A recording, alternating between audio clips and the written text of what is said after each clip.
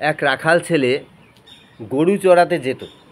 এবারে সে মজা করে কখনো কখনো চিৎকার করে বলতো, আরে বাঘ আসছে গো, বাঘ আসছে, বাঘ আসছে, বাঘ আসছে, বাঁচাও বাঁচাও বাঁচাও।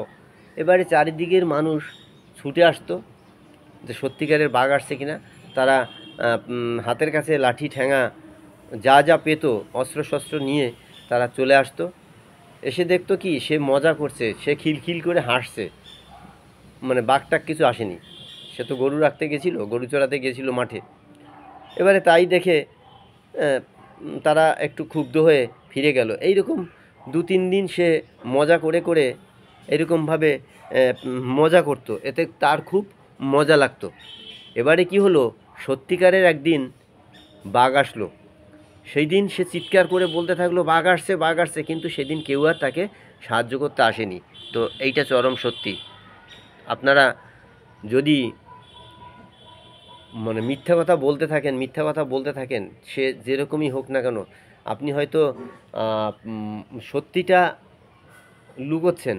আপনি ইয়ার্কির ছলে হোক, মশকরা করতে হোক, মানে অনেকের গ্রাম্য ভাষা ইতরামি করতে হোক, যেটাই হোক না কেন, এরকমভাবে আপনারা কখনো মিথ্যা কথা বলতে থাকবেন না। তাহলে কি হবে, ওই মিথ্যাটাই কিন্তু সত্যি হয়ে যাবে একদিন।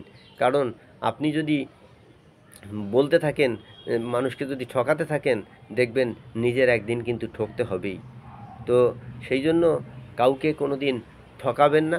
এবং যদি আপনি ঠকান তাহলে নিজে আপনি ধরে রাখবেন, লিখে রাখবেন। আমি বলে দিচ্ছি, লিখে রাখবেন যে আপনাকে কিন্তু বন্ধু ঠকতে হবেই।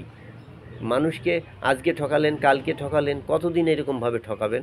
তাই প্রতিনিয়ত সৎভাবে জীবনযাপন করুন, সৎভাবে বাঁচুন এবং মানুষকে নিয়ে বাঁচুন। মানুষের সাথে থাকুন, পাশে থাকুন, মানুষকে সাহায্য করুন, মানুষও আপনাকে সাহায্য করবে।